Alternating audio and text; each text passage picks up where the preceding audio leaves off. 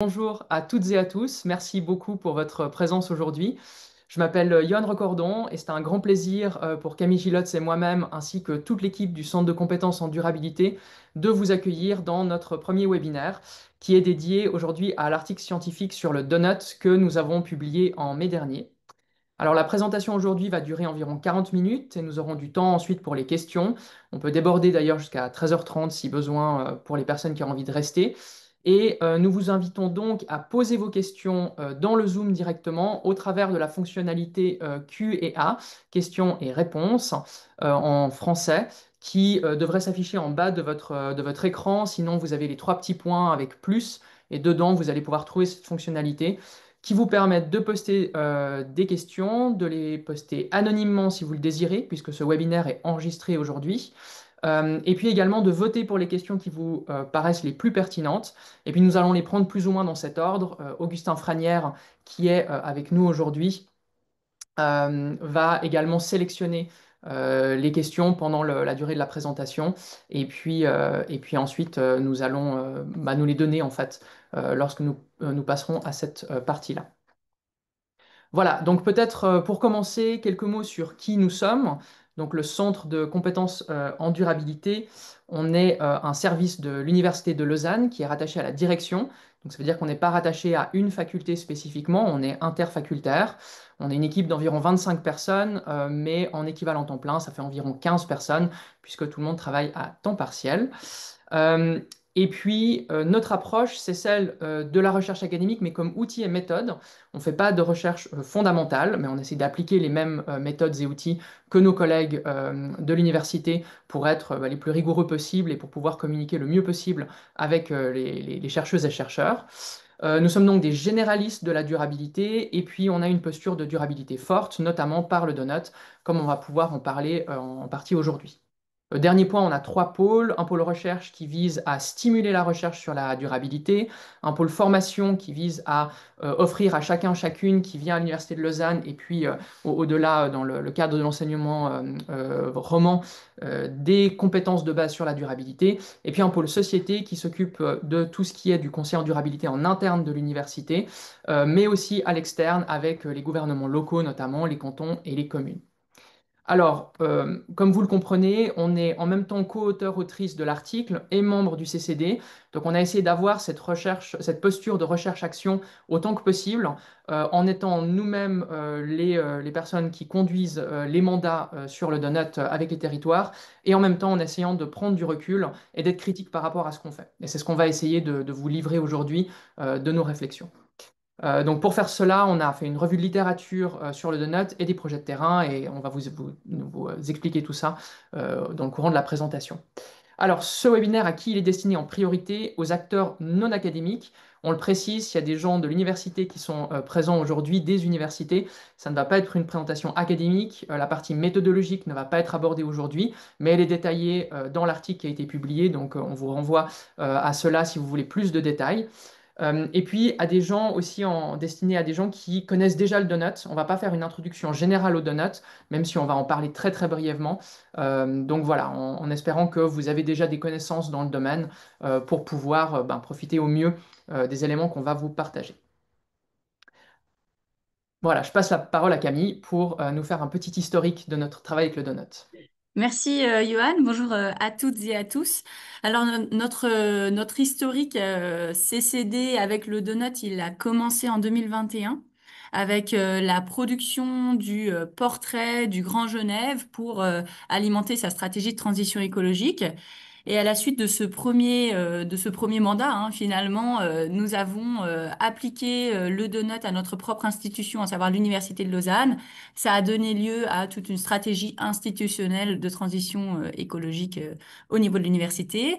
Et puis, au fur et à mesure de l'utilisation du donut à ces différentes échelles et auprès de ces différentes entités, on a commencé à récolter les différents apprentissages méthodologiques acquis voilà, au cours de la pratique. Et on a renforcé ces apprentissages en collaborant notamment avec le DIL.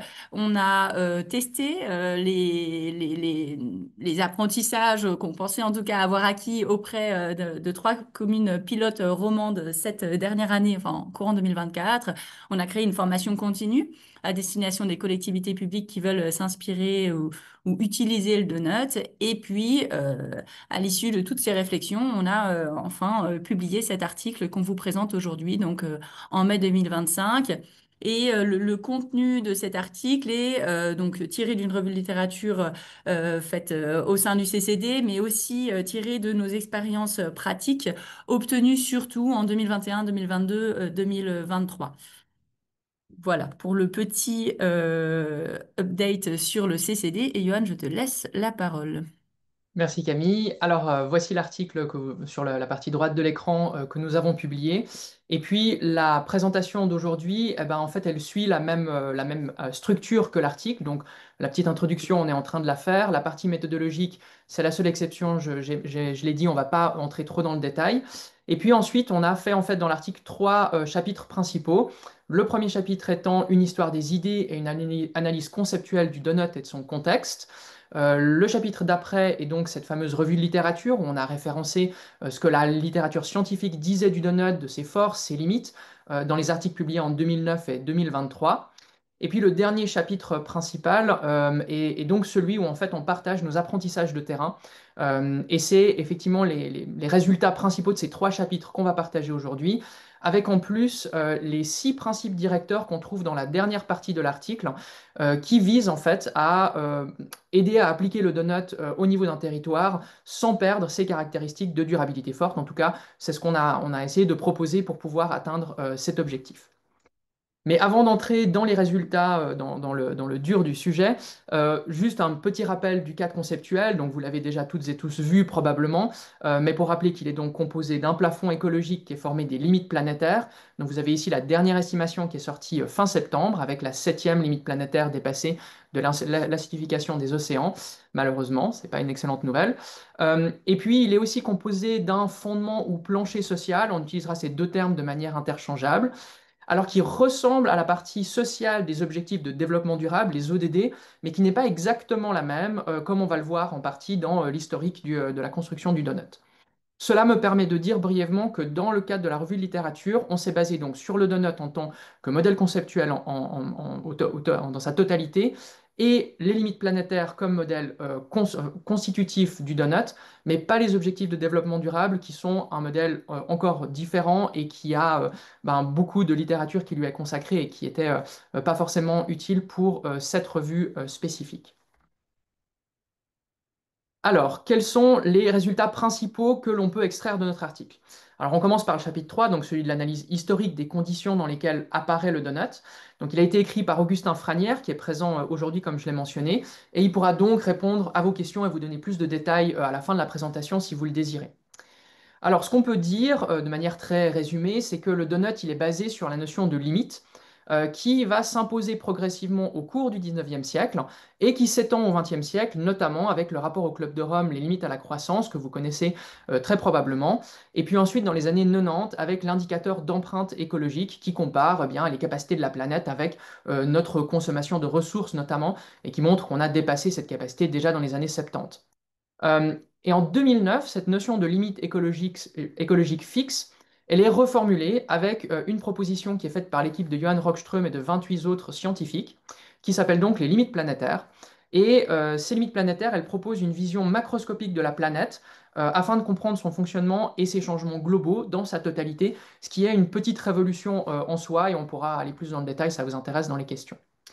Le donut, lui, il arrive peu après, en 2012, dans l'équivalent d'un white paper de l'économiste britannique Kate Raworth, qui travaille à ce moment-là pour Oxfam, et elle le publie en préparation du sommet de la Terre Rio plus 20, en s'inspirant des objectifs du millénaire d'une part, qui sont les ancêtres des ODD, et les préoccupations des pays qui se rendent au sommet de la Terre, dont pas mal de pays du Sud.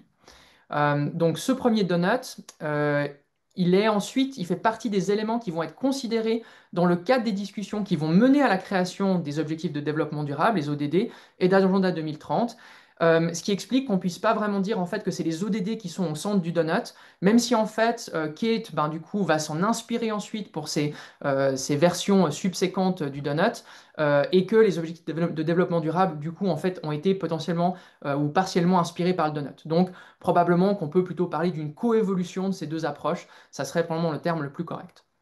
Le fondement social, on peut donc dire qu'il est inspiré d'un consensus qui est politique plutôt que d'une théorie scientifique, comme les limites planétaires, pour le plafond écologique, et il est relativement bien aligné sur les théories des besoins humains, mais on verra qu'en pratique, c'est un peu plus compliqué que ça, même s'il y a déjà des liens qui sont assez intéressants dans le cadre en lui-même.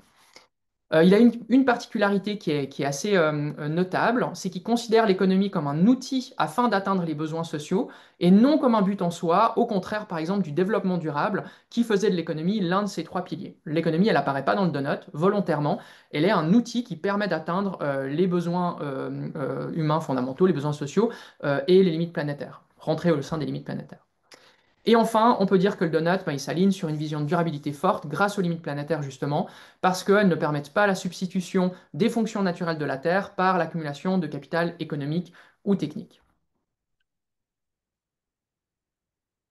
Merci Johan. Et alors, à la suite de l'émergence de la naissance du CCD, pas du tout, du donut, en 2012, eh bien, Kate Raworth, elle publie un ouvrage publié en 2017 que vous connaissez probablement. C'est la première fois qu'on voit le donut quantifié à l'échelle globale.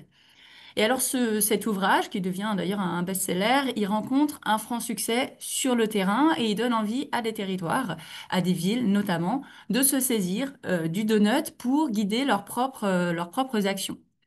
Alors Amsterdam se lance parmi les premiers dans l'utilisation du donut et pendant cette appropriation de terrain, Kate Raworth sent le besoin de créer un réseau qu'elle appelle le Donut Economics Action Lab ou le DEAL, on parlera du DEAL, qui a un réseau mondial de partage, de diffusion de bonnes pratiques. Et justement, bah, ce réseau, il essaye de suivre ce qui se passe sur le terrain et il produit notamment des guides méthodologiques issus des pratiques bottom-up, des pratiques de terrain. Ils essayent de rendre compte de ce qui se passe, notamment de ce qui s'est passé à Amsterdam. Et ce premier guide méthodologique, donc publié en 2019-2020, il va inspirer d'autres villes, notamment Grenoble en France, Bruxelles, et puis de nombreuses autres. Il y aura une mise à jour de ce guide pour créer ce qu'on appelle maintenant un data portrait, c'est-à-dire un donut quantifié à l'échelle locale. Et puis en 2023, le deal estimait que environ 80 villes et territoires utilisent le donut de manière plus ou moins officielle ou officieuse. Et donc, ce qu'on constate, c'est qu'à partir de 2019, on a une multiplication exponentielle et une diversification des usages du donut, à la fois par les acteurs académiques et par les acteurs de terrain, avec en chef de file les collectivités publiques. Donc ici, on a une cartographie avec une cinquantaine de villes et territoires qui ont officiellement intégré le donut comme instrument d'action publique. On voit la répartition géographique avec une majorité en Europe, mais aussi ailleurs dans le monde. Et alors, comment ces villes se saisissent de ce cadre conceptuel pour en faire des outils plus opérationnels? Eh bien, en fait, on voit émerger une pluralité d'usages du donut par les villes et territoires. Le deal en a trouvé 9 principaux, 9 usages principaux du donut, dont deux sont les plus courants. Le plus courant, c'est clairement la production donc d'un portrait donut ou d'un data portrait qui permet de quantifier l'ampleur des dépassements écologiques et des déficits sociaux à l'échelle d'un territoire. Donc, c'est ce qu'on a fait pour le Grand Genève, c'est ce qu'on a fait après pour l'Université de Lausanne. Et puis l'autre utilisation émergente du donut, c'est la production d'outils d'aide à la décision, passant le plus souvent par un outil d'évaluation donut inspiré, évaluation de projets, évaluation de politiques publiques ou de plans d'investissement, etc. Alors, le dénominateur commun entre tous ces différents usages du donut, c'est que ils n'utilisent pas en fait directement le cadre conceptuel du donut qu'on a ici, qui est adapté à l'échelle globale, mais ils utilisent ce que le deal a appelé le donut unrolled, le donut déroulé, qui est un outil qui permet, en fait, qui décline les dimensions écologiques et sociales du donut à deux échelles à l'échelle locale, à l'échelle territoriale, donc l'échelle du territoire analysé, puisque là on est bien dans des utilisations territoriales, hein, et à l'échelle globale. Donc ici, je vous remets le cadre conceptuel initial de Caltreworth qui est transformé donc en ce donut unrolled, donut déroulé, qui est ici en fait finalement une matrice d'analyse avec quatre lunettes différentes qui vont venir analyser la même réalité locale. Donc, par exemple, on va regarder à l'échelle locale quel est l'état de l'écosystème sur le territoire et quelle est la part de la population qui atteint le plancher social défini localement, etc. Et on va faire tout ça, mais on ne va pas oublier les responsabilités globales du territoire, notamment les impacts générés par la consommation de biens produits à l'étranger. Donc on va regarder les impacts de ces modes de consommation sur les limites planétaires, mais aussi les impacts sociaux, par exemple sur les populations à l'étranger qui travaillent dans la chaîne d'approvisionnement du territoire. Voilà, pour la déclinaison, finalement, la production, l'outil opérationnel utilisé par les communes et territoires, c'est ce Donut Unrolled dont on reparlera, notamment parce que son utilisation présente de nombreux challenges méthodologiques que j'aurai l'occasion de décrire juste après. Parfait. Et donc, passons au chapitre suivant, donc le chapitre 4, euh, où on a fait donc, on a recensé les forces et les limites du donut telles qu'elles sont mentionnées dans la littérature scientifique. Alors, qu'est-ce qu'on voit? D'abord, pour les forces, je vais vous parler de ce qu'on a vu dans la littérature scientifique, et puis en parallèle, je vais tout de suite faire le lien avec ce qu'on a vu dans la pratique de terrain, parce qu'elles se répondent assez bien. Donc tout d'abord, les scientifiques mettent en avant que le donut est une représentation visuellement simple qui permet une communication efficace, ce qu'on voit effectivement dans la pratique de terrain, puisque c'est un outil qui est facilement appréhendable par différents types de populations, parfois plus appréhendable d'ailleurs que les limites planétaires, puisque ben, vous l'avez peut-être vu dans le donut, c'est un peu simplifié, les termes sont peut-être un peu plus faciles à, à comprendre, même s'il se réfère à la même chose. La deuxième force, c'est la perspective holistique qui est basée sur la science que le donut propose, notamment et grâce au cadre des limites planétaires, puisque ça permet de sortir en fait de la focale carbone, et ça on le voit sur le terrain, ça permet une meilleure compréhension des défis écologiques dans leur ensemble et des interactions qu'ils ont les uns avec les autres. Troisième force qui est mentionnée dans la littérature, c'est l'intégration de l'impératif social, donc le fondement social que le donut propose, qui effectivement dans la pratique se constate également, puisque les personnes avec qui on a travaillé, certaines ont mentionné, on a pu constater qu'elles arrivaient mieux à accepter les préoccupations environnementales lorsque celles-ci étaient couplées avec des préoccupations sociales, qui permettaient en fait d'avoir un bon équilibre entre ces deux approches. Et puis enfin, dans la littérature scientifique, mais on le voit sur le terrain d'une manière transversale, eh bien, les limites planétaires et le donut maintenant permettent de stimuler le débat scientifique et les contributions, puisque de nombreux articles ont été publiés et continuent d'être publiés aujourd'hui, et des webinaires sont faits comme aujourd'hui sur ces questions-là.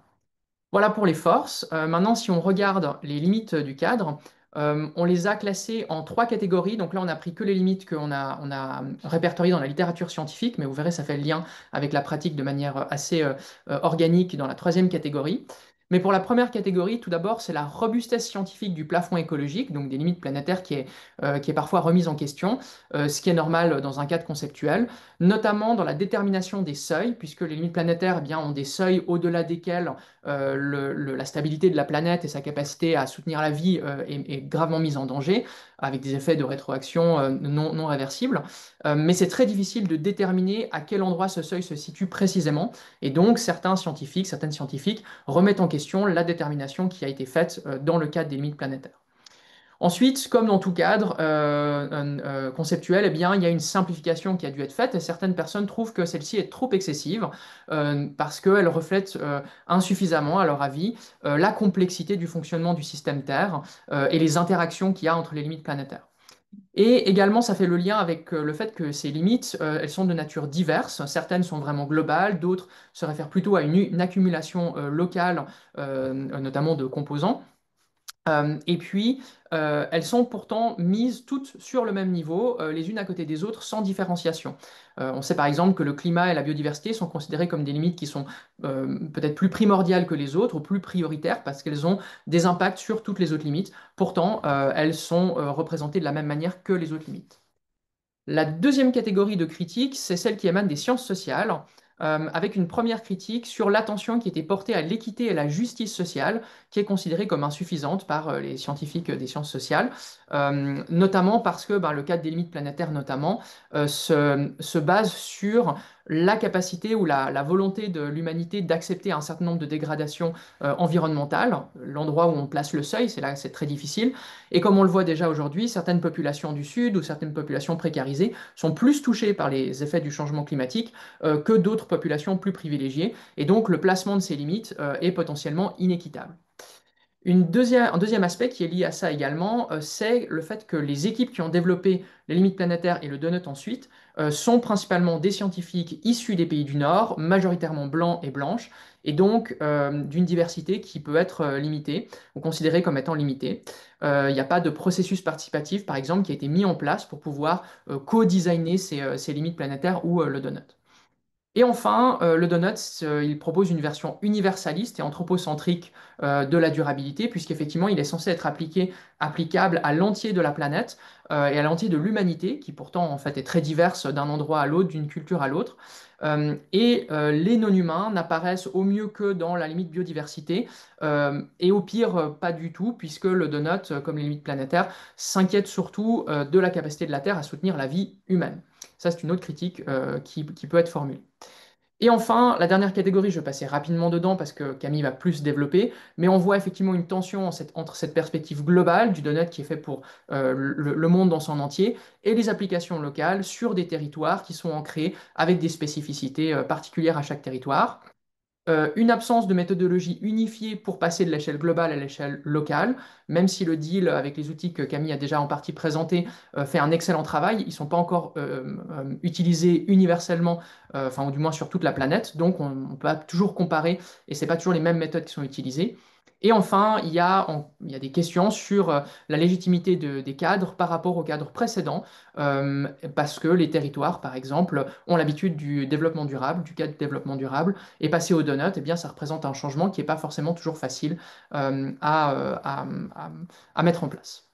Voilà pour ce qui est des forces et des limites issues de la littérature scientifique. Et je passe donc la parole à Camille pour les résultats sur les apprentissages de terrain. Merci Johan. Alors effectivement, je vais rebondir sur cette dernière catégorie de critiques à l'égard du donut et vous faire part des apprentissages issus de notre propre utilisation pratique du donut ou plutôt justement du donut unrolled. Alors, ce Donut Unrolled, justement, on l'utilise et on l'a utilisé comme de nombreux autres praticiens comme un outil pour produire un portrait donut ou data portrait. Je vais encore utiliser ce mot de manière voilà, équivalente les unes avec les autres suivant le français ou l'anglais. Mais en tout cas, ces portraits donuts, c'est donc une version quantifiée du donut pour une entité locale. Et ce data portrait, ce portrait peut servir à la production d'une politique stratégique, comme ce fut le cas à l'Université de Lausanne ou sur le territoire du Grand Genève. Donc les apprentissages que je vais vous décrire ici sont surtout issus de ces deux expériences qui datent donc de 2021-2020. Alors, comme quand on produit un portrait donut, on doit trouver pour chaque dimension du donut unrolled, pour chaque cadran du donut unrolled, pardon, donc chaque petit carré, on doit trouver des dimensions, donc des thématiques qui vont venir renseigner, bah voilà, quelle thématique je mets dans impact sur l'écosystème local, par exemple. Et derrière chaque thématique, on va devoir choisir un ou plusieurs indicateurs qui vont venir renseigner l'état de cette dimension au regard d'un état souhaitable.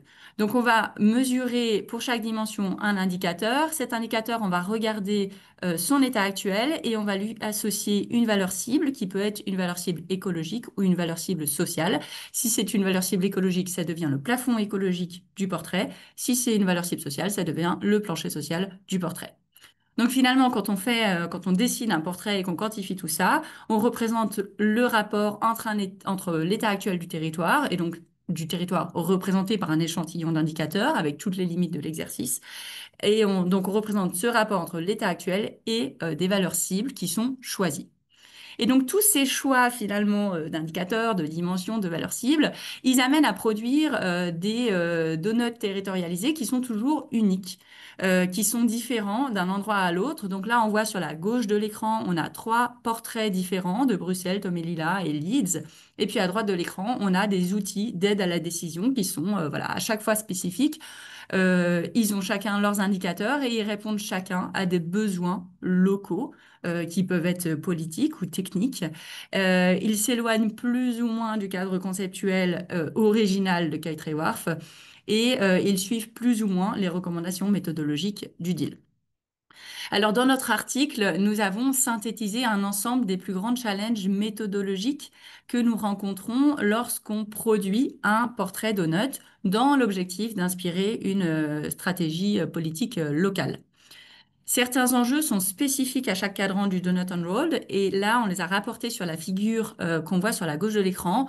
Et je vais un petit peu présenter un échantillon de ces enjeux vraiment liés à l'application méthodologique du Donut Unrolled. Et d'autres enjeux sont plutôt généraux, plutôt transversaux. Ils sont valables de manière générale pour tous les cadrans et surtout pour la production d'un data portrait au service d'une production de politique publique. J'aurais malheureusement pas le temps de les décrire aujourd'hui, mais on pourra éventuellement revenir dessus dans les questions. Alors, je vais me concentrer donc sur les enjeux spécifiques à chaque cadran, visible donc sur la figure à droite de l'écran maintenant. Et on va se concentrer sur un exemple, puisque nous n'avons pas le temps d'aborder toutes ces questions. Un exemple, pourquoi je vous le présente aujourd'hui? Parce que il constitue, d'après nous, un angle mort de nombreuses expérimentations autour du donut et il est vraiment centré autour du plancher social local et de qu'est-ce qu'on met dans ce plancher social local. Alors, quand on veut décider de ce qu'on met finalement dans ce plancher social local, il faut d'abord décider quelles dimensions, donc c'est-à-dire quelles thématiques vont être intégrées à ce plancher social. Et donc, on doit répondre à une question difficile qui est de l'ordre de qu'est-ce qui compte vraiment à l'échelle locale, qu'est-ce qui mérite de figurer dans le plancher social. Alors, on va prendre un exemple simple avec lequel je pense que tout le monde sera d'accord ici. On va dire, je choisis de dire que chaque personne sur mon territoire a besoin, en tout cas, d'avoir accès à un logement. Un logement très bien, mais un logement comment? Là, il faut le décrire pour pouvoir mettre un indicateur derrière. Donc, on dit, bon, bah, un logement assez grand. Donc, l'indicateur que je vais choisir va être la surface de logement par personne. Et maintenant, il faut choisir une valeur cible associée à cet indicateur. Cette valeur cible, ça va être le plancher social minimal que tout le monde devrait atteindre sur le territoire. Alors, si je demande autour de moi, aux services, aux élus, aux services techniques, etc., je demande autour de moi quelle est la surface de logement minimale par personne qui devrait être atteinte sur le territoire. Et puis, on choisit collectivement une valeur de 40 mètres carrés par personne qui est inférieure à la moyenne suisse. Donc, voilà, on trouve que c'est une bonne valeur cible. Et sauf que si on fait l'exercice d'ONOT jusqu'au bout et qu'on calcule les impacts écologiques, donc les impacts sur les limites planétaires de cette surface de logement à appliquer à toute la population sur mon territoire, alors on est à peu près sûr de dépasser et de beaucoup le plafond écologique basé sur les limites planétaires qu'on s'est fixées. Puisque donner 40 mètres carrés par personne ou assurer 40 mètres carrés par personne à tout le monde entraîne un dépassement des limites planétaires si on fait l'exercice dans le détail. Et donc, dans ces conditions, on a les impacts du plancher social qui sont supérieurs quelque part au plafond. Donc, on a un retournement de la situation et l'espace juste et sûr qui est censé être entre un plafond qui est au-dessus et un plancher qui est en dessous, eh bien, cet espace juste et sûr, il n'existe plus. Il disparaît finalement derrière des seuils sociaux qui sont voilà, un peu exagérés ou incompatibles, en tout cas insoutenables par rapport au plafond écologique. Et donc, on arrive à cette question qui est très compliquée de comment établir un plancher social soutenable, qu'est-ce qui est assez, mais pas trop, afin de rester dans l'espace juste et sûr, délimité par le plafond écologique. Alors voilà, ça c'est une des questions qu'on se pose quand on crée un data portrait. Et en fait, vous pouvez, à travers cet exemple, percevoir que suivant la réponse qu'on va donner à chacune de ces des questions qu'on voit apparaître sur cette figure, il existe un risque important de déformer le donut, de lui faire perdre ses qualités principales ayant été décrites par Johan précédemment, mais l'une principale est quand même d'avoir un plafond écologique basé sur la science des systèmes, avec des seuils planétaires absolus. Et le donut suggère que on a un plancher social compatible avec le respect de ce plafond écologique. Et donc, dans ses appropriations, dans son opérationnalisation, il est tout à fait possible de perdre finalement les qualités du cadre conceptuel. Chaque opérationnalisation finalement du cadre conceptuel du donut se trouve quelque part sur un continuum entre deux extrêmes.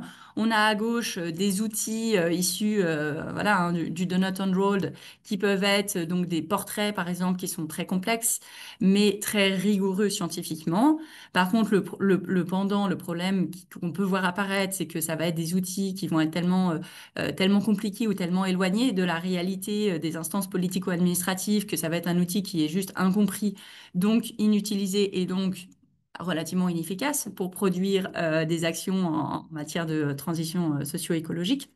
Et puis à droite du continuum, on a des outils qui sont très simplifiés, qui sont eux complètement adaptés aux exigences opérationnelles et politiques, mais qui peuvent être vidés de leur sens et de leurs intérêts initiaux, notamment avec une perte de l'approche absolue impulsée par les limites planétaires.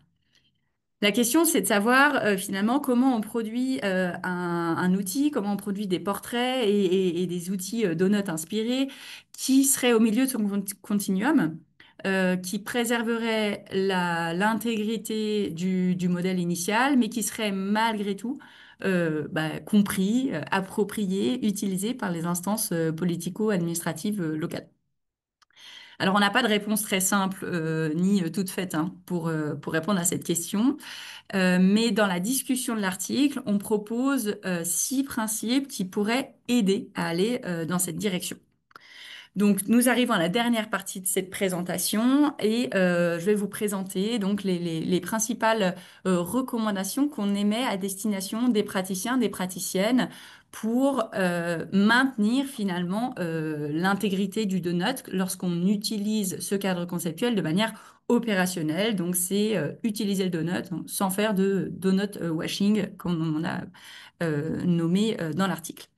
Alors avant de vous présenter ces recommandations, je vais exprimer dès à présent les limites de ces propositions. On pense que ce sont déjà ça a le statut de proposition, comme je viens de le dire. Elles ne sont pas consolidées par une expérience empirique qui est significative. Il s'agit plutôt de pistes que nous appelons les chercheurs et les praticiens et praticiennes à tester, à critiquer, à amender. On pense que ces propositions, elles sont valables surtout dans le contexte suisse ou équivalent, donc c'est-à-dire dans un pays qui dépasse de loin les limites planétaires. Donc je pense que tout le public qu'on a aujourd'hui est concerné quand même par ces propositions. Et ces principes directeurs ne remplacent pas du tout les lignes méthodologiques proposées par le deal, elles viennent plutôt les compléter. Voilà. Donc maintenant, je vais passer rapidement dans ces différents principes directeurs de manière plus ou moins approfondie. Et j'ai conscience que ça sera probablement trop rapide pour saisir l'intégralité de ce qui est proposé. Mais on n'a voilà, pas le temps de décrire davantage. Mais en tout cas, on se tient à disposition pendant les questions pour plus de détails. Alors le premier principe directeur est le suivant. Lorsqu'on introduit le donut au sein de sa commune ou de son entité, on conseille d'être très transparent sur les limites et les avantages déjà du cadre conceptuel. Et lorsqu'on le transforme en instrument technico-politique, il s'agirait d'être transparent sur les modifications qu'on effectue par rapport au cadre conceptuel initial et sur les limites et les avantages de l'outil opérationnel qu'on a produit. Deuxième principe directeur qui est très important, on pense, c'est de procéder par étapes successives dans l'utilisation du donut au sein d'une administration. Alors là, je vais décrire un petit peu davantage ce que ça veut dire. Ça veut dire qu'on pense qu'avant de sauter dans la production de plans d'action, nous pensons qu'il est primordial de clarifier l'objectif final visé par l'utilisation opérationnelle du donut. Est-ce qu'on utilise le donut parce qu'on veut produire un diagnostic du niveau de durabilité du territoire? Est-ce qu'on utilise le donut pour mieux connaître les activités, les pratiques des habitants et des habitantes et éventuellement leur degré de soutenabilité? Ou est-ce qu'on veut produire un plan d'action pour plus de durabilité? Ça, c'est ces trois principaux objectifs. Évidemment, il peut y en avoir d'autres. Évidemment, il y a des subtilités, mais on distingue comme ça trois familles. Et une fois qu'on a identifié l'objectif final visé par l'utilisation qu'on souhaite faire du donut, alors on doit identifier les personnes, les parties prenantes qui doivent être impliquées dans le processus pour augmenter les chances d'atteindre notre objectif et construire le processus adapté au contexte très spécifique de la commune, de l'entité pour répondre à l'objectif. Donc, c'est-à-dire choisir quel outil on va utiliser quand. Est-ce qu'on va faire un portrait de notes? Est-ce qu'on va faire autre chose? Quel outil utiliser avant lequel et avec qui? Qui va être impliqué? Par exemple, si on a pour objectif de produire un plan d'action pour plus de durabilité, ce qui est l'objectif cible généralement utilisé, enfin généralement visé quand on parle de donuts, eh bien, ce plan d'action, il va chercher à influencer les pratiques, les habitudes des habitants. Et ces pratiques, ces comportements, ces activités ont, elles, des impacts sur le niveau de soutenabilité du territoire qu'on peut quantifier à travers un portrait donut. Donc nous, ce qu'on conseille de faire, c'est de quantifier de manière plus ou moins simplifiée ce portrait donut pour introduire une approche absolue dans la production de politiques publiques. Ce portrait de notes, il peut inspirer la production du plan d'action, qui peuvent être des plans d'action d'ailleurs échelonnés dans le temps, hein, puisque évidemment une mandature élue pour 4 ans ne va pas pouvoir produire les actions qui vont permettre de rentrer dans le donut, mais en tout cas on peut produire des objectifs long terme, moyen terme, court terme, qui vont permettre de se diriger dans la bonne trajectoire. Et le bon chemin, c'est même probablement pas directement du portrait au plan d'action, mais c'est plutôt du portrait cherche à comprendre les activités et les pratiques qui génèrent les impacts sur le donut et on essaye de produire les politiques publiques qui vont avoir le plus d'influence sur les pratiques et les comportements de manière à avoir une influence indirecte sur l'état du territoire en matière de satisfaction des besoins humains fondamentaux et de dépassement des limites planétaires. Troisième principe directeur, c'est qu'au cours de ce processus, on conseille de mettre en place une gouvernance participative à l'une ou à l'autre des étapes du processus. Quatrième principe directeur, et celui-ci répond au risque de donut washing que j'ai mentionné précédemment pour l'exemple sur le plancher social. On appelle les praticiens et praticiennes à être particulièrement attentifs à produire un plancher social, certes adapté au contexte local, c'est très important, mais également soutenable, c'est-à-dire compatible avec le respect des limites planétaires. Et pour ça, on offre une piste de travail hein, qui consiste à s'inspirer du cadre théorique sur les besoins humains pour choisir les dimensions et indicateurs sociaux locaux. Alors, je dis un cadre théorique parce qu'en fait, il en existe plusieurs. Certains sont mentionnés dans notre article. Globalement, les cadres théoriques sur les besoins fondamentaux s'accordent sur une distinction fondamentale entre des besoins fondamentaux, des besoins humains fondamentaux universels et les moyens de satisfaction de ces besoins, qui sont, eux, dépendants du contexte, qui vont dépendre du contexte de développement, enfin, qui vont dépendre de la localité, du contexte du niveau de développement socio-économique, des technologies disponibles. Par exemple, j'ai besoin d'affection, donc je vais aller voir ma famille. Et pour aller voir ma famille, je peux le faire en train ou je peux y aller en voiture. Mon besoin d'affection est un besoin à caractère universel. Le moyen de satisfaction que je vais choisir pour satisfaire ce besoin dépend de plein de choses qui sont très locales et contextualisées. Donc cette distinction entre besoin et moyen, on pense que c'est absolument fondamental et on appelle justement à se concentrer davantage quand on cherche à choisir les dimensions et les indicateurs du socle social, à se concentrer sur des besoins fondamentaux ou en tout cas à essayer de s'en rapprocher pour conserver l'approche de privation humaine critique qui est normalement finalement le cadre conceptuel derrière ce socle social produit par Kate Raworth dans son donut initial. Et si, malgré tout, cette réflexion, on a recours à des indicateurs qui relèvent plutôt de moyens de satisfaction matériels dans notre portrait donut, eh bien, on invite les praticiens et praticiennes à vérifier la compatibilité de ces moyens de satisfaction et surtout des valeurs cibles qu'on va leur associer avec le plafond écologique et notamment avec les limites planétaires. Vous voyez là où je veux en venir. Et pour ce faire, une étude existe. Alors, pour l'instant, il n'y en a pas 50, il y en a une en tout cas qui est citée ici, Schlesier et al. De 2024, qui propose un scénario de consommation matérielle individuelle compatible avec le respect des limites planétaires. Donc, ils donnent des ordres de grandeur pour essayer de se guider comme ça dans la production d'un plancher social soutenable.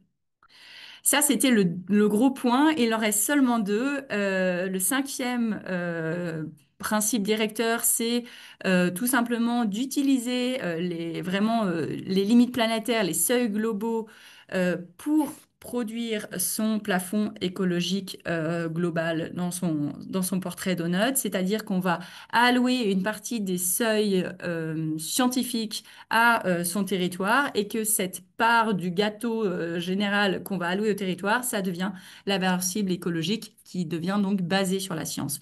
Et ça, on pense que c'est très important de rester vraiment sur des valeurs cibles écologiques basées sur la science.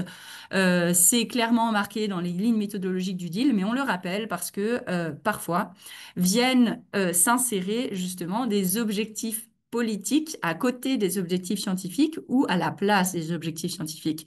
Et c'est là où on pense qu'il y a un risque.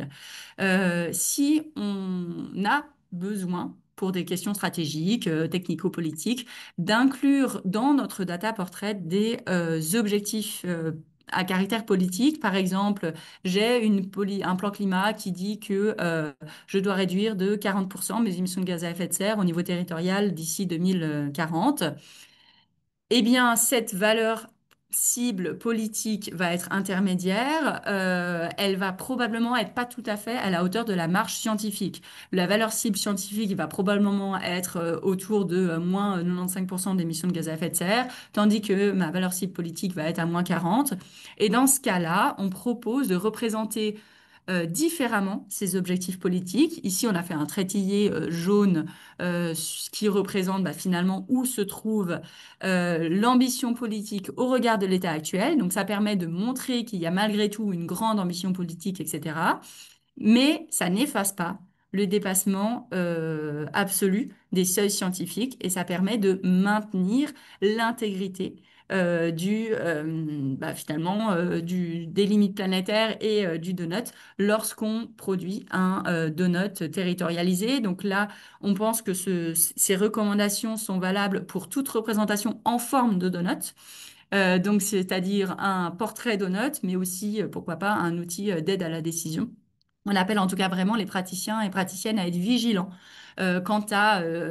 au possible risque de substitution d'objectifs de valeurs cibles scientifiques par des objectifs politiques qui peuvent être bien intentionnés mais insuffisants pour maintenir l'intégrité du donut. Voilà, j'ai fini mes principales recommandations et je laisse la parole à Johan pour conclure. Voilà, merci Camille. Alors une conclusion très ramassée avec cette citation enfin, ici traduite. On est en cours de traduction de l'article, mais en fait on conclut l'article en disant que dans l'ensemble, eh bien, malgré le manque de clarté conceptuelle qu'il y a dans les références qui sont faites au donut, puisque parfois il parle du cadre conceptuel du donut, parfois de la théorie complète de Reworth, etc. Eh bien, on estime que le donut propose un bon équilibre entre efficacité, pragmatisme, compréhensibilité, acceptabilité et cohérence scientifique en fournissant des résultats qui peuvent être exploités par de nombreux types de parties prenantes. Donc, en réponse à la question que ce séminaire posait de est-ce que le donut tient ses promesses, voilà, en très résumé, selon nous, dans le cadre de notre pratique et de cette revue de littérature, on pense que oui, il tient ses promesses, mais il faut prendre en considération tous les points que Camille a mentionnés dans ses 6 principes directeurs et les autres aspects, parce que ce sont vraiment des éléments qui peuvent en fait amener à utiliser le donut d'une manière qui est contraire à son idée de base, sans qu'on s'en rende forcément compte et sans forcément qu'il y ait une mauvaise intention derrière. Donc voilà, prudence, mais excellent outil. Merci Johan, et je tiens à souligner que les principes qu'on a présentés sont probablement absolument pas exhaustifs et que il faudrait rajouter probablement d'autres warnings, d'autres principes directeurs et voilà, faire appel à l'intelligence collective pour essayer de maintenir comme ça l'intégrité du donut au cours de son opérationnalisation. Je conclus juste avec deux informations avant de passer aux questions. Je vous informe dès à présent que le prochain webinaire du CCD aura lieu le 4 novembre aussi sur le créneau du midi et qu'on vous présentera le projet pilote qu'on a mené avec trois communes en Suisse romande autour de l'utilisation du donut. Et autre information très rapide, ce webinaire a été organisé dans le cadre ou de manière concomitante plutôt au Global Donut Days qui sont organisés par le DEAL. Il y a un programme très dense de conférences sur le donut ces jours-ci. On est déjà le deuxième jour, mais il reste encore 2 jours. Donc, je vous invite à aller voir le programme et à assister aux conférences s'il y a des choses qui vous intéressent plus spécifiquement. Et puis demain, le réseau suisse du donut, le Swiss Donut euh, Economics Network va organiser une conférence, un atelier à Berne en présentiel où voilà, vous aurez l'occasion d'entendre et de rencontrer des personnes qui s'intéressent aux questions du donut. Voilà, je vous ai donné l'information. Je vous remercie pour votre attention et Johan, je te laisse gérer les Oui, questions. on va passer aux questions. Merci beaucoup pour votre attention, en effet. Donc, notre collègue Augustin a lu vos questions pendant la présentation. En priorité, celles qui sont dans l'onglet Q&A, questions et réponses de Zoom. Je vois que vous en avez aussi mises dans le chat. On va essayer de les prendre également. Mais dans l'onglet, ce qui est bien, c'est qu'elles sont déjà triées. Donc, Augustin, je te passe la parole. Peut-être est-ce qu'il y a une ou deux questions avec lesquelles tu aimerais qu'on commence, qui t'ont paru particulièrement pertinentes dans le cadre de ce webinaire? Oui, tout à fait. Donc, on a pas mal de questions. Et puis, Camille et Johan, vu l'heure, je vous incite à y répondre de manière relativement synthétique. Donc, on a des questions d'ordre plutôt politique sur comment intégrer donc le donut à enfin, un objectif politique ou une démarche participative. On a des questions sur son usage, notamment par d'autres organismes que des administrations. On va y venir, mais on va peut-être commencer par une question technique, parce que l'exemple du plancher social avec les 40 mètres carrés par personne soulève deux, trois questions de compréhension. Donc, il y a deux questions associées à ça. Premièrement, comment est-ce qu'on est sûr que ce seuil plancher, donc en l'occurrence, l'exemple que tu as donné de 40 mètres carrés par personne, fasse franchir le plafond écologique? Comment est-ce qu'on détermine ça? Typiquement, dans le cadre du logement, est-ce qu'on ne crée pas forcément d'artificialisation supplémentaire des sols? Pas toujours, en tout cas. Mhm. Et puis, quelles seraient les dimensions environnementales du donut qui seraient impactées par ces 40 mètres carrés par personne, en fait? Merci Augustin, je vais essayer d'être très synthétique. Donc, on sait globalement que il y a une surface maximale par personne si on allouait à toutes les personnes sur Terre dans une approche relativement donut compatible. Pourquoi? Parce que donc ça a des impacts majeurs en termes d'émissions de gaz à effet de serre, à commencer. Alors pas seulement évidemment sur l'artificialisation des sols mais si effectivement on construit différemment, pas forcément, mais en tout cas en termes d'épuisement des ressources et tous les impacts associés, donc impact en termes d'émissions de gaz à effet de serre et de pollution chimique liée à l'extraction de ressources nécessaires pour la construction, on pense au béton, on pense au sable et à l'acier. Et donc globalement, alors il n'y a pas de consensus sur la surface maximale qui serait possible d'allouer par personne au niveau global. Mais comment on sait qu'il y en a une? Eh bien, c'est des calculs d'impact sur les limites planétaires d'un certain nombre d'activités. Notamment, on sait calculer les impacts d'un mètre carré de construction sur les limites planétaires. Et l'étude que j'ai mentionnée de Schlesier et al. 2024 montre que si on veut rentrer dans le donut à échelle globale, quand on sera si on est un jour 10,8 milliards en 2085, alors les ordres de grandeur en termes de surface par personne seraient plutôt de l'ordre de de 10, 20, 20 mètres carrés et pas 40. Donc en fait, c'est des calculs, hein, des modélisations d'impact sur les lignes planétaires qui montrent que voilà, il y a de forts risques qu'on dépasse le plafond écologique si on s'associe, si on s'attribue autant de mètres carrés par personne. Et puis, peut-être petite question de suivi qui vient d'apparaître aussi, mais c'est en lien avec ça. Est-ce qu'un usage partiel du donut est possible quand notamment on n'a pas toutes les données disponibles, qu'on ne peut pas calculer toutes les dimensions et les impacts de toutes les dimensions? Oui, alors, enfin, complètement. Quand on crée un data portrait, on est sans cesse confronté au manque de données. La bonne pratique, c'est que si on n'a pas les données qui nous semblent être les données importantes pour constituer ce data portrait, alors on va griser la dimension qu'on pense, qu'on souhaitait remplir. On va pas supprimer cette dimension parce que l'objectif serait plutôt de faire un appel d'air, un appel à la production peut-être de futures connaissances. Mais en tout cas, on peut tout à fait utiliser le donut en disant, bon, bah, j'ai telle et telle donnée, ça me permet déjà d'avoir un premier aperçu. Et plus tard, peut-être, seront produits les données lacunaires. Et ça permet d'avancer comme ça sans attendre d'avoir un diagnostic exhaustif qui est jamais d'ailleurs constitué.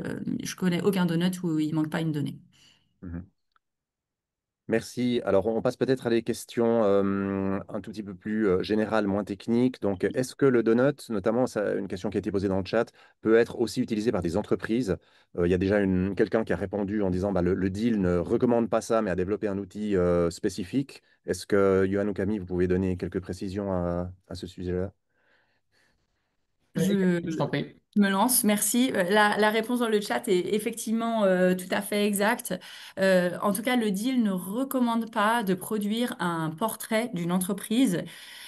Pourquoi? C'est parce qu'il est très difficile d'allouer une part des lignes planétaires à une entreprise. À un territoire, il y a des discussions, il y a plein de manières de faire, mais en tout cas, beaucoup plus difficile pour une entreprise. Pourquoi? Parce qu'il faudrait déjà se mettre d'accord sur quelle part des limites planétaires a le droit tel secteur d'activité, puis se demander encore derrière, ben, mon entreprise X à combien de la part allouée au secteur d'activité elle a le droit.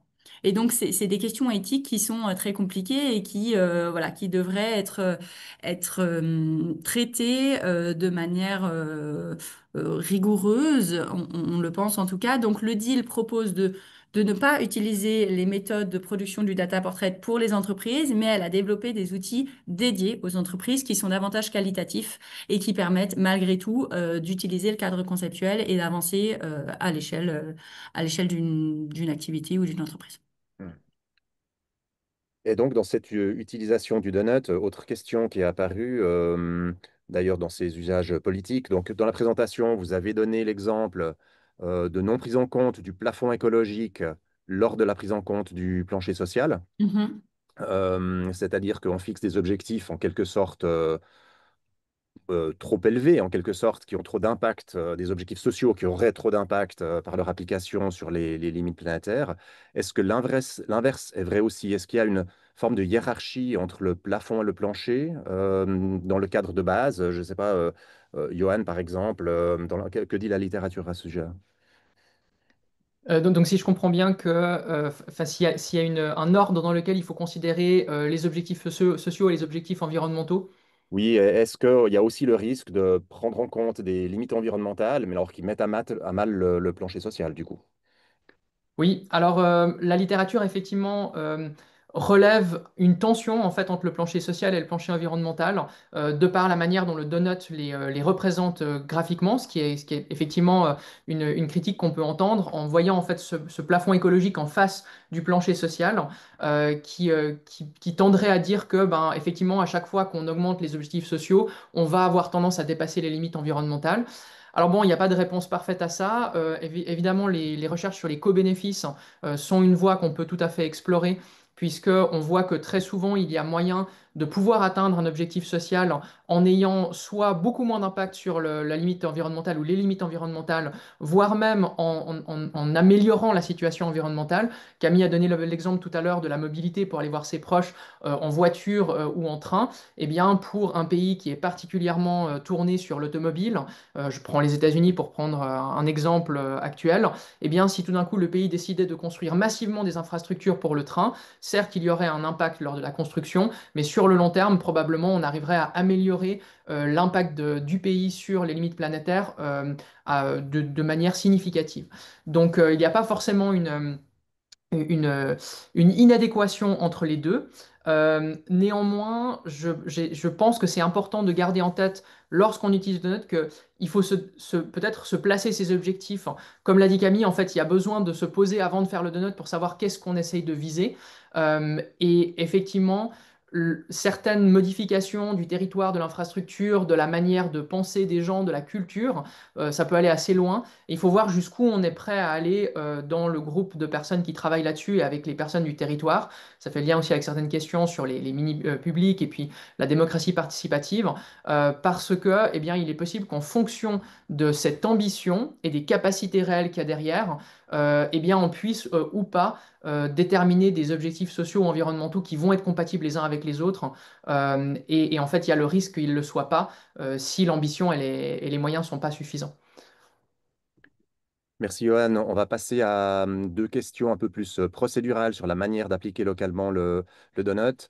Et comme il est presque 13 heures, donc il sera gentiment temps de conclure pour les personnes qui doivent y aller. Nous, on reste encore, comme l'a dit Johan au début, on va rester encore présent potentiellement jusqu'à 13h30 pour les personnes qui voudraient rester un petit peu plus longtemps, mais on arrive au bout du temps réglementaire. Et j'en profite pour dire, parce qu'il y a eu plusieurs demandes en ce sens-là, que nous allons, oui, nous allons partager donc à la fois le PowerPoint, le PDF de l'article et la vidéo du webinaire d'aujourd'hui par la suite. Donc, on a vos emails, on a les emails de toutes les personnes qui se sont inscrites. Donc, tout ça va être partagé. Donc, les questions dont il s'agit sont comment inclure les perspectives de la population pour déterminer les aspects du plancher social. Donc, question procédurale. Est-ce qu'il y a des outils participatifs particulièrement privilégiés, mini-public, démocratie délibérative, etc. Première question. Et deuxième que je donne dans la foulée, est-ce que le donut permet aussi de fournir des arguments en termes d'investissement et de fixer des priorités d'investissement dans les mesures de durabilité, de manière à les justifier aux yeux des personnes qui sont plutôt critiques vis-à-vis des coûts engendrés par les mesures de durabilité? Peut-être Camille. Merci pour ces deux questions. Je vais tenter de ne pas oublier la deuxième en répondant à la première. Alors pour les outils de co-construction finalement du socle social, honnêtement, je pense que tout reste la boîte est ouverte et maintenant il faut mettre des outils dedans. Euh, on a les principes directeurs qu'on a suggérés, à savoir se concentrer par exemple sur les besoins humains fondamentaux, se demander quels sont les moyens de satisfaction qu'on a envie de mobiliser pour satisfaire ces besoins fondamentaux. Tout ça, des approches qui ont déjà été utilisées enfin, à d'autres moments de l'histoire et de la production scientifique, mais pas spécifiquement pour le donut. Donc, il y a des outils, des ateliers qui ont été créés, notamment, je pense, à tous les travaux autour des besoins, la théorie des besoins humains fondamentaux de Max Neef, où il y a eu des ateliers vraiment de réflexion collective et participative sur qu'est-ce qui compte vraiment, qu'est-ce qui est important, etc. Maintenant, à ma connaissance, je ne connais pas encore beaucoup de communes et de territoires qui ont organisé ce genre d'atelier pour construire leur plancher social. Il y a régulièrement une dimension participative dans la construction du portrait d'Honut.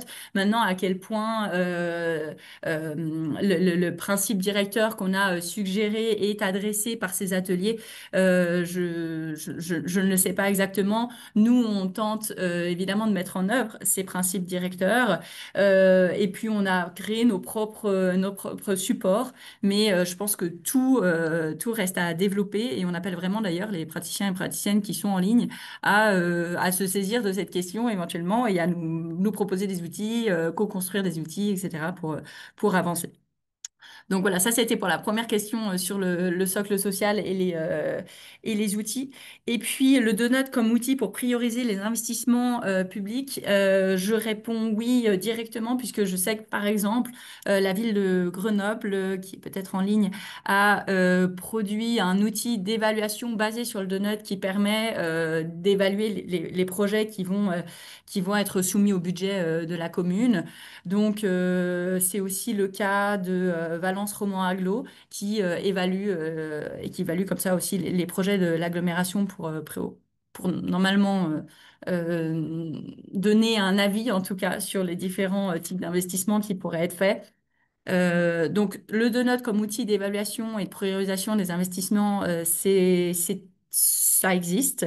Maintenant, je pense qu'il y a aussi beaucoup de travail à faire pour conserver justement l'intégrité du cadre conceptuel du donut jusqu'à ce niveau d'opérationnalisation.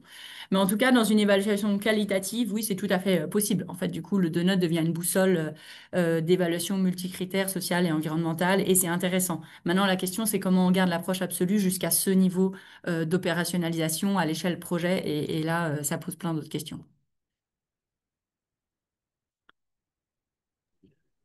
Très bien, en parlant d'opérationnalisation, il y avait justement une question sur les risques de confusion avec d'autres types d'outils de gouvernance, de politique publique ou de stratégie durabilité, notamment au sujet du tableau 2x2, hein, donc des quatre lentilles, de Ouais. notes déroulées, qui est jugé ici dans le chat très utile et très pertinent. Euh, et qui est donc intégré à la démarche d'application locale du donut. Ça, je le précise, parce que je ne suis pas sûr que c'était dans la question tout à fait claire. La question qui est posée, est-ce que ça risque pas d'être confondu avec une analyse de type SWOT, par exemple, ou d'autres types d'analyse des enjeux, risques, opportunités, etc. Est-ce que c'est voilà, utile de bien les distinguer? Merci pour la question. En tout cas, dans l'utilisation opérationnelle de cette matrice 2x2, non, on n'a pas rencontré ce genre de problème. Sachant que les questions qu'on pose aux personnes à qui on présente cette matrice vont être très différentes d'une analyse SWOT, puisqu'on va se demander concrètement qu'est-ce qu'on met comme thématique dans ces différentes cases et qu'est-ce qu'on met comme indicateur derrière. Donc, on n'est pas dans une approche très qualitative comme pour l'être une analyse SWOT. On est dans une approche vraiment où on prend cette grille de lecture et puis finalement on la remplit. Donc, en tout cas, à ma connaissance, c'est pas encore arrivé. Il n'y a pas eu de confusion. Par contre, c'est clair que, par exemple, le donut peut être souvent comparé à une approche ODD. Puis là, voilà, ça pose aussi plein de nouvelles questions, de nouveaux enjeux que j'aurais pas le temps de décrire maintenant. Peut-être je peux me permettre de rajouter juste un élément. Il me semble que les analyses SWOT et PESTEL qui sont mentionnées dans la question, c'est plutôt des analyses, alors déjà souvent, enfin, qui me semblent issues du milieu de l'entreprise, donc qui Mhm. comparent en fait les capacités d'une entreprise à faire face à sa concurrence et à des changements globaux dans le marché. Donc en fait, on est plutôt sur une analyse de menaces et d'opportunités, alors que dans le donut, comme l'a expliqué déjà en partie Camille, on n'est pas du tout là-dessus, on est plutôt sur une analyse d'impact. Donc en fait, on est aussi dans deux types de considérations qui sont différentes en fait dans les choses qui sont mesurées. Et peut-être j'ajoute à ça aussi que c'est vrai que quand on essaye d'utiliser le donut dans l'entrepreneuriat, par exemple, pour donner ce point qu'on a pu explorer un petit peu dans d'autres activités, on a tendance à penser aussi aux impacts positifs et négatifs qu'une entité va avoir sur les limites planétaires et sur le socle social. Mais c'est une interprétation du donut qui n'est pas celle qui est faite sur les territoires. Tu me corrigeras, Camille, si je me trompe, puisque là, on est vraiment plutôt sur la question des impacts directs que le territoire va avoir dans une approche justement de réduction des impacts pour être plus durable. Donc, je crois qu'il y a des différences assez fondamentales en fait entre ces approches et il faudrait effectivement pas les confondre et pas les mélanger parce que je suis pas sûr qu'elles soient compatibles justement dans leur idée. Oui, merci Johan. Effectivement, une approche basée sur le donut devrait en tout cas garder une approche absolue par rapport aux limites planétaires, par exemple. Beaucoup d'outils d'évaluation vont avoir une approche plutôt relative. Est-ce qu'on fait mieux qu'avant, mieux que d'autres, etc. Et avec le donut, avec les limites planétaires, la question fondamentale, c'est est-ce qu'on fait assez par rapport aux seuils scientifiques et aux minimums sociaux qu'on s'est collectivement attribués. Et donc, du coup, ça change hein, la perspective. Tu parlais, Johan, en introduction de la notion de limite et de comment le donut a été construit et conçu. Et il s'agirait de réussir à conserver cette approche jusqu'au bout de l'opérationnalisation. Très bien, je passe à plutôt une remarque, mais que je vais relayer quand même parce qu'elle est assez importante et qui revient sur l'histoire des 40 mètres carrés par personne et du rapport entre le plancher social et les limites planétaires. Juste pour dire que voilà, ce sont des moyennes et qu'il faut faire attention toujours à ce qui se cache derrière les moyennes, puisqu'il y a des écarts et des inégalités extrêmement importantes en termes de niveau de vie, de planchers sociaux et donc d'impact aussi sur les paramètres environnementaux. Évidemment, pour le logement, 40 mètres carrés, ce serait peut-être une moyenne, mais on a des gens qui sont plutôt à 300, des gens qui sont plutôt à 1 mètre carré. Il faut toujours en avoir conscience. C'était plus une remarque qu'une question, mais ça mérite d'être relevé parce que c'est effectivement un point très important. Merci, Hussard. Euh, Autre question, vu qu'on était dans les différences entre le modèle, entre le donut, pardon, et d'autres modèles, est celui de l'idée d'un indice de durabilité globale. Euh, en- de quelle manière est-ce que c'est quelque chose qui pourrait être utile ou d'autres indices vraiment très agrégés qui présentent par exemple le bien commun, donc un cumul d'indices sociaux, environnementaux et économiques. Euh, Comment est-ce que vous voyez ça? Est-ce que c'est quelque chose d'utile, à l'image peut-être de l'empreinte écologique, hein, qui a un indice, forme d'indice de durabilité globale? Et comment est-ce que ça se compare au donut? Donc, quels seraient finalement les avantages du donut par rapport à un indice unique ou l'inverse? Je peux me permettre peut-être de commencer à répondre et puis Camille, tu compléteras. Notamment parce qu'on a fait un travail justement sur des questions d'indice de durabilité, notamment agrégé pour dans un autre cadre pour le canton de Genève. Et un des résultats de la recherche qu'on a faite sur ces questions d'indice, c'est que plus on agrège un indice, plus c'est difficile d'avoir une analyse fine de ce qui se passe et plus on perd de l'information.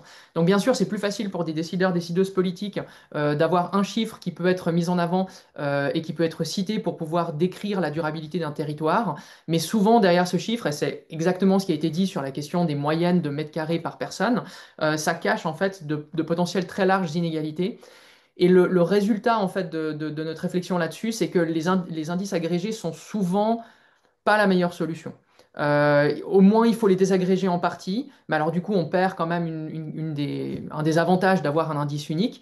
Ou alors, il ne faut pas les agréger du tout, même si c'est plus complexe à prendre en main, parce que ça permet, pour le dire vite, de prendre de meilleures décisions en ayant sous les yeux un niveau de granularité qui est plus fin et qui va permettre de pouvoir vraiment peser des préoccupations qui en fait ne sont pas commensurables. Si on prend, je sais pas, bah, justement la capacité d'une population à remplir ses besoins humains fondamentaux versus des éléments de durabilité, on ne peut pas forcément mettre une pondération qui va dire, eh bien, celui-là, il vaut tant par rapport à celui-là. C'est des décisions qui sont politiques et qui doivent être prises. Quand je dis politique, c'est pas forcément que par les politiques, mais par les personnes qui habitent sur un territoire, qui doivent être prises en fait de manière collaborative, en ayant sous les yeux toutes les informations. Merci, Johan. Euh, Petite question sur la popularité du donut. Donc, y a-t-il à votre connaissance des personnes connues, entre parenthèses, par exemple Bill Gates, alors je ne sais pas si l'exemple a été pris au hasard, sans doute pas, qui s'investissent pour une application du donut dans les régions ou même les pays, sachant que celle-là a un prix, donc ça demande des investissements, etc. Donc, voilà, la diffusion du modèle. Bonne question. Non, je ne crois pas. De manière non, non. La personne la plus connue Ouais. qui diffuse le donut est probablement Kate Raworth, qui est connue dans le petit monde des personnes qui connaissent déjà les questions de durabilité. Donc, non, non. Il y a des...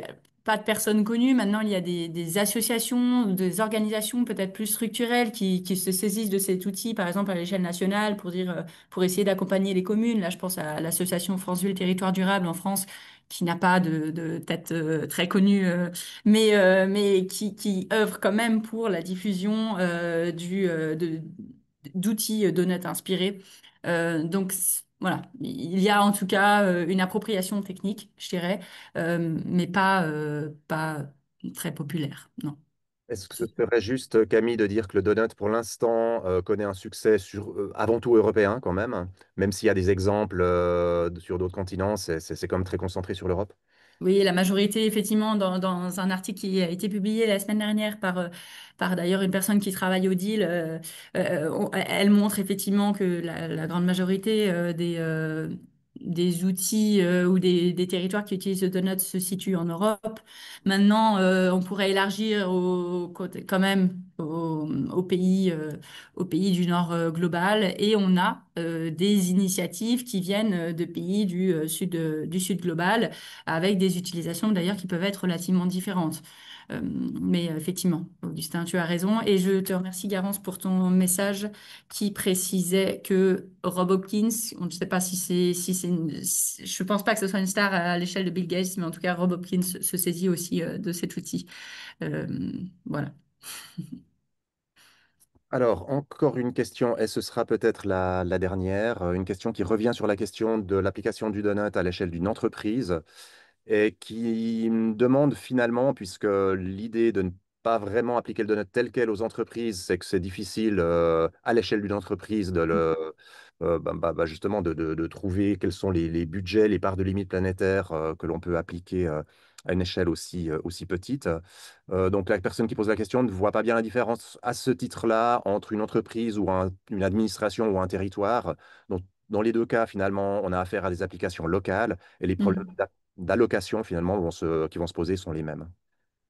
Oui, merci. Alors, c'est vrai qu'en fait, pour les territoires, on a une clé d'allocation qui peut être débattue, mais qui est la plus fréquemment utilisée, qui est une allocation égalitaire par personne qui nous permet donc de diviser les seuils globaux en une part égale par personne en 2000, soit 2025, soit 2050. Et puis après, on regarde la population qui est dans le territoire ou qui sera probablement dans le territoire et on lui alloue voilà, à un ensemble de populations. S'il y a 100 personnes, c'est 100 fois la part individuelle. Et donc ça permet, cette clé d'allocation, euh, d'allouer une part des limites planétaires à un territoire de manière relativement facile et on pourrait débattre évidemment de la pertinence d'une telle clé d'allocation, mais en tout cas c'est relativement peu débattu et voilà, c'est comme ça qu'on fait. Quand on doit le faire pour une entreprise, ça implique de savoir pas seulement quelle part des limites planétaires, à quelle part des limites planétaires a le droit une personne, mais à quelle part des limites planétaires a le droit, je sais pas, l'alimentation ou le secteur de l'acier ou le secteur de la vente de voitures. Et donc, on est dans une allocation qui devient sectorielle et là, on a beaucoup moins de clés pour savoir à quelle part des limites planétaires a le droit tel secteur d'activité. Euh, Là, effectivement, l'équation est beaucoup plus complexe. Augustin, je peux te laisser d'ailleurs compléter, puisque c'est un de tes sujets de prédilection, l'allocation des limites planétaires. N'hésite pas à compléter. Oui, alors dans tout le domaine qu'on appelle la justice environnementale, qui s'applique principalement à la question du changement climatique, mais aussi de toutes les autres dimensions des limites planétaires, potentiellement, on va devoir se demander effectivement comment partager un certain nombre de budgets. Donc ça peut être le budget carbone, donc la quantité de CO2 que l'on peut se permettre d'émettre pour atteindre un certain objectif de température, comment on va se partager les surfaces de sol disponibles, comment on va se partager l'eau douce disponible, etc., etc. Donc, dans des contextes de tension sur les ressources. Et ces budgets peuvent être partagés, Déjà, il faut définir entre qui on les partage. Donc, ça peut être sur un territoire, mais il peut y avoir des partages intergénérationnels, bien sûr, pour des ressources qui peuvent s'épuiser, qui ne sont pas forcément renouvelables. Et puis, comment on les partage? Eh bien, effectivement, on a toute une série de principes d'allocation possibles. Alors, l'égalité pure et simple en est un. C'est pas forcément toujours le plus pertinent, mais c'est le plus pratique pour les calculs. Mais on peut avoir des principes d'allocation basés sur le besoin. On sait qu'il y a des parties de la population qui ont plus besoin de certaines ressources que d'autres, du fait de leur situation géographique, du fait de leur situation, de leurs caractéristiques culturelles, biophysiques et autres. On peut avoir des principes d'allocation basés sur la capacité technologique d'un pays, hein, pourquoi pas. Les pays qui ont plus la capacité finalement de transitionner vers une économie bas carbone ou de mettre en œuvre des énergies renouvelables aurait le droit à une partie plus restreinte du budget carbone. On peut aussi avoir des principes d'allocation basés sur la responsabilité historique, à savoir ceux qui ont le plus eu d'impact par le passé sur les limites planétaires, ben, ont droit à des parts plus réduites du budget, etc., etc. C'est des débats extrêmement complexes, extrêmement vastes, et on n'a pas de réponse unique à ces questions. Voilà. Je pense que l'on peut gentiment conclure, si vous le voulez bien. Johan, est-ce que tu veux dire le mot de la fin? Oui, tout à fait. Encore un grand merci à vous toutes et tous qui avez participé à ce webinaire pour votre attention, votre intérêt, vos questions. Merci beaucoup, Augustin, d'avoir sélectionné avec brio les questions, les avoir triées, et je crois qu'on a pu quasiment toutes les traiter. Et si certaines n'ont pas été traitées, toujours nous demander par email si vraiment vous avez des questions encore brûlantes. Évidemment, merci Camille d'avoir co-animé ce webinaire avec moi. Et puis, comme l'a mentionné Augustin, on va vous contacter par email pour vous transmettre la présentation et l'article dans le courant de l'après-midi. Il faut juste qu'on la sorte en PDF. Et puis probablement dans le courant de la semaine prochaine pour vous transmettre la vidéo du webinaire. Voilà, merci beaucoup de votre attention et de votre présence et n'hésitez pas à nous contacter si vous avez envie de continuer la discussion.